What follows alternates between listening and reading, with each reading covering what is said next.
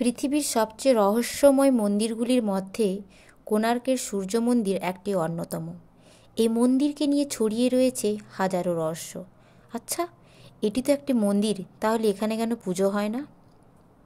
কোণার্ক সূর্য মন্দির ১৩০০ শতাব্দীতে নির্মিত ভারতের উড়িষ্যা রাজ্যের পুরী জেলার কোণার্ক শহরে অবস্থিত। মন্দিরটি ১২৫৫ খ্রিস্টাব্দে পূর্বগঙ্গ রাজবংশের প্রথম নরসিংহদেব নির্মাণ করেছিলেন। জানা যায় এই স্থাপত্যকে ইউরোপীয় নাবিকরা ব্ল্যাক প্যাগোডা বা কালো মন্দির বলে ডাকত, কারণ এই মন্দির নাকি দূর থেকে কালো রঙের দেখায়। এই মন্দির সূর্যদেবের উদ্দেশ্যে তৈরি করা হলেও আজ পর্যন্ত কোনোদিন এখানে পুজো হয়নি। এর কারণ হিসেবে প্রচলিত আছে যে মন্দির নির্মাণের সময় রাজার নির্দেশ ছিল ১২০০ শ্রমিককে ১২ বছরের মধ্যেই এর নির্মাণ কাজ শেষ করতে হবে। এর থেকে একদিনও যেন বেশি না হয়, যদি বেশি হয় তাহলে সবার প্রাণ যাবে।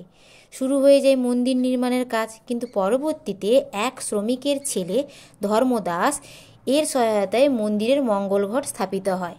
কিন্তু এতে তো রাজার আদেশ অমান্য হলো, তাই সব শ্রমিকের প্রাণ বাঁচাতে ছোট্ট ধর্মদাস কোণার্ক মন্দিরের চূড়ো থেকে ঝাঁপ দিয়ে আত্মহত্যা করল, যে কারণে এই মন্দির অপবিত্র হয়ে গেল। মন্দিরটি পুরী থেকে ৩৫ কিলোমিটার এবং ভুবনেশ্বর থেকে ৬৫ কিলোমিটার দূরে অবস্থিত। মন্দির কমপ্লেক্সটি একটি বিশাল রথের আকৃতিতে পাথরের চাকা, স্তম্ভ ও দেওয়ালসহ তৈরি করা হয়েছে।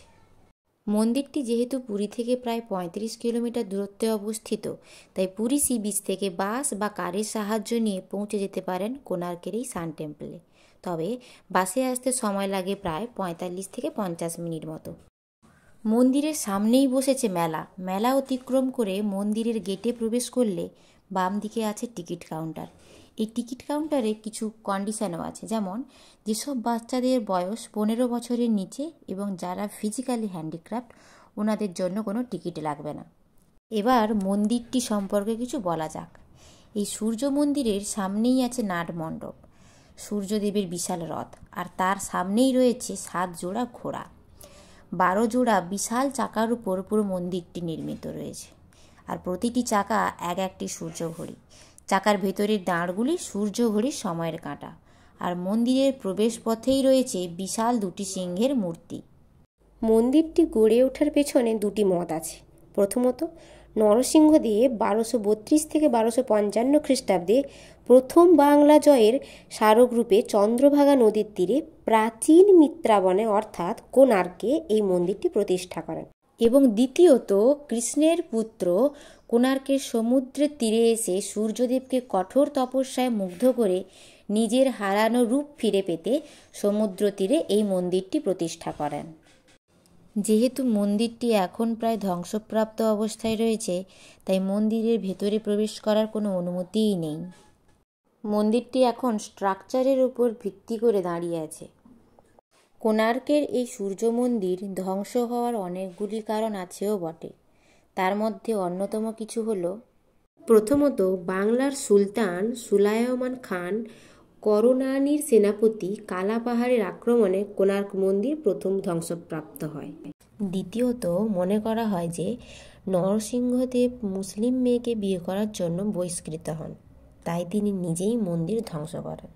তৃতীয়ত, ১৬২৬ সালে খুরদার রাজা পুরুষোত্তম দেবের পুত্র নরসিংহদেব সূর্যদেবের বিগ্রহটি পুরী জগন্নাথ মন্দিরে নিয়ে যান। শুধু তাই নয়, তিনি কোণার্ক মন্দির থেকে কারুকার্য করা অনেক পাথরই পুরী মন্দিরে নিয়ে যান। এমনকি নবগ্রহ পথ নামে একটি বিশাল প্রস্তরখণ্ডও তিনি পুরী মন্দিরে নিয়ে যান। মারাঠা শাসনকালে কোণার্ক মন্দির থেকে অনেক ভাস্কর্য এবং প্রস্তরখণ্ড পুরীতে নিয়ে যাওয়া হয়।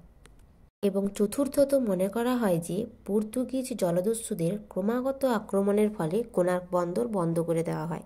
পর্তুগিজ দস্যুরা কোণার্ক মন্দিরের মাথায় অবস্থিত অতি শক্তিশালী চুম্বকটিকেও নষ্ট করে ফেলে এবং ১৮০০ শতক নাগাদ কোণার্ক মন্দির তার সকল গৌরব হারিয়ে পরিত্যক্ত অবস্থায় পড়ে থাকে।